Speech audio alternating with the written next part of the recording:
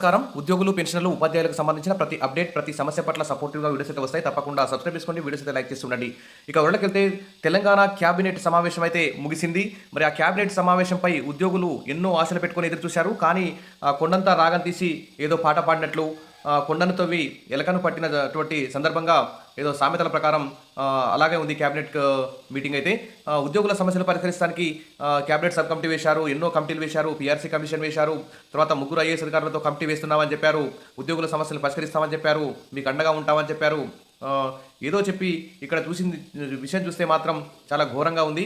ఒక్క డిఏనే ఉద్యోగుల ఉసూరు అంటూ ఇక్కడ న్యూస్ అయితే చూస్తున్నాం. కానీ ఆ న్యూస్ పేపర్లో చూస్తే చాలా ఘోరంగా ఉంది పరిస్థితి. ఉద్యోగులకు 2 డిఏలు, ఇప్పుడు ఒక డిఏ, 6 నెలల్లో మరో డిఏ చెల్లిస్తామని చెప్పారు. కానీ ఆ రెండో డిఏ చెల్లించే విషయంలో కూడా డేట్ విషయంలో కూడా అయితే క్లారిటీ అయితే లేదు. ఇక ప్రభుత్వ ఉద్యోగులకు 2 డిఏలు, తర్వాత 2 డిఏలకు గ్రీన్ సిగ్నల్, 2 డిఏలకు ఓకే, వెంటనే ఒకటి, 6 నెలలకు మరొకటి అంటున్నారు. మరి 6 నెలలు అంటున్నారు, మరి ఏప్రిల్‌లో ఇస్తామంటున్నారు. అంటే ఈ విధంగా న్యూస్ పేపర్‌లో అయితే చాలా ఘోరంగా ఉంది. 2 డిఏలకు గ్రీన్ సిగ్నల్ అని ఇక్కడ అన్ని పేపర్‌లో రాశారు. మరి ఉద్యోగులకు ఇచ్చింది మాత్రం కేవలం ఒకే ఒక్క డిఏ అని చెప్పుకోవచ్చు. ఇవి క్యాబినెట్ నిర్ణయాలు.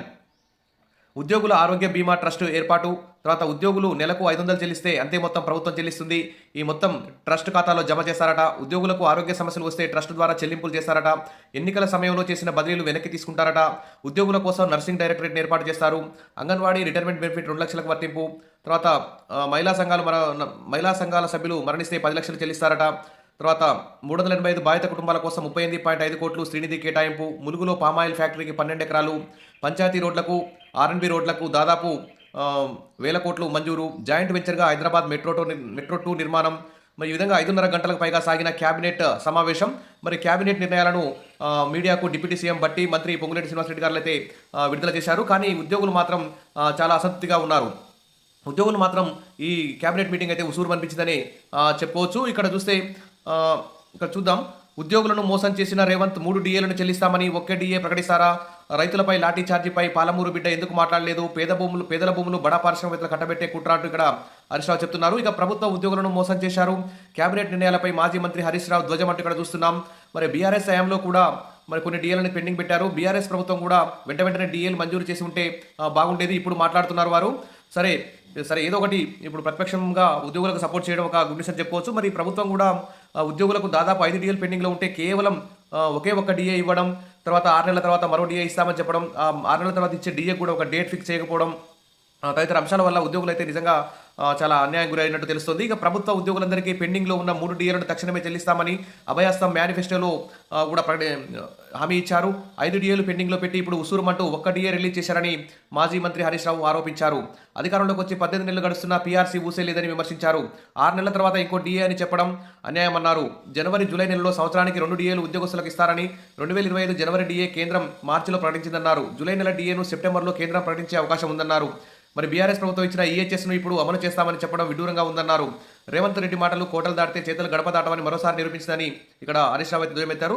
ఇక్కడ చూస్తే ఉద్యోగులకు 2 డిఏలు ఇస్తున్నామని చెప్పేసి కేబినెట్ అయితే కీలక ప్రకటన చేసింది. ఇప్పుడు జూలై నుంచి ఒక డిఏ వెంటనే విడుదల చేస్తారు. 3.64%. 6 నెలల్లో మరో డిఏ చెల్లిస్తామని చెప్పారు. ఈ విధంగా పెండింగ్ బిల్లులకు సంబంధించి కూడా ప్రతి నెల 700 కోట్లకు తగ్గకుండా ఉద్యోగుల పెండింగ్ బిల్లు మొత్తం చెల్లిస్తామని చెప్పారు. ఇక చూస్తే ఉద్యోగుల హెల్త్ సంబంధించి ఉద్యోగుల కోసం హెల్త్ కేర్ ట్రస్ట్ కూడా ఏర్పాటు చేస్తామని చెప్పారు. ఇక చూస్తే ముఖ్యమైనటువంటి మంత్రివర్గ నిర్ణయాలు చూస్తే రాష్ట్రంలోని ప్రభుత్వ ఉద్యోగులకు, రిటైర్డ్ ఉద్యోగులకు 2 డిఏలు ఇచ్చేందుకు మంత్రివర్గం ఆమోదం తెలిపింది. ఒక డిఏను వెంటనే చెల్లించాలని, 2 డిఏను మరో 6 నెలల్లో చెల్లించాలని నిర్ణయం తీసుకుంది. 2023 జనవరి 1 నుంచి బకాయి ఉన్న డిఏలలో ఒక డిఏను వెంటనే చెల్లిస్తుంది. అప్పటి నుంచి ఇప్పటి వరకు బకాయి పడ్డ ఏరియర్స్ను 28 వాయిదాల్లో చెల్లిస్తారు. మరో డిఏను వచ్చే ఏప్రిల్లో ప్రకటించాలని నిర్ణయం తీసుకుంది. ఇక్కడ న్యూస్ పేపర్లో చూస్తే 6 నెలలని చెప్తున్నారు. కానీ ఏప్రిల్ అంటే ఇంకా చాలా రోజులు టైం ఉంది. ఇక ఉద్యోగ సంఘాలతో జరిపిన చర్చల వివరాలను డిప్యూటీ సీఎం కేబినెట్కు నివేదించారు. ఉద్యోగుల డిమాండ్లపై మే 6న ప్రభుత్వం ఏర్పాటు చేసిన అధికారుల కమిటీ తమ నివేదికను సమర్పించింది.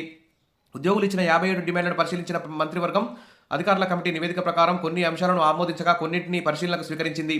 ఉద్యోగులకు సంబంధించిన బకాయిలను ఇకపై ప్రతి నెలా క్రమపద్ధతిలో 700 కోట్ల వరకు చెల్లించాలని నిర్ణయం తీసుకుంది. ఇక ఉద్యోగుల హెల్త్ కార్డులకు సంబంధించి మంత్రివర్గం కీలక నిర్ణయం తీసుకుంది. ఉద్యోగ సంఘాల అభ్యర్థన మేరకు హెల్త్ కేర్ ట్రస్ట్ ఏర్పాటు చేయాలని నిర్ణయించింది. ప్రతి సంవత్సరం సెప్టెంబర్లో డీపీసీ వేసి ట్రాన్స్ఫర్లు చేస్తామని చెప్పింది. State level medical invalidation committee ఏర్పాటు చేసేందుకు అంగీకరించింది. తర్వాత జాయింట్ స్టేట్ కౌన్సిల్ అసోసియేషన్ను రికగ్నిషన్ చేసేందుకు ఒప్పుకుంది. జీవో నెంబర్ 317లో ఇంకా కొన్ని కేటగిరీలు చేర్చాలని నిర్ణయం తీసుకుంది.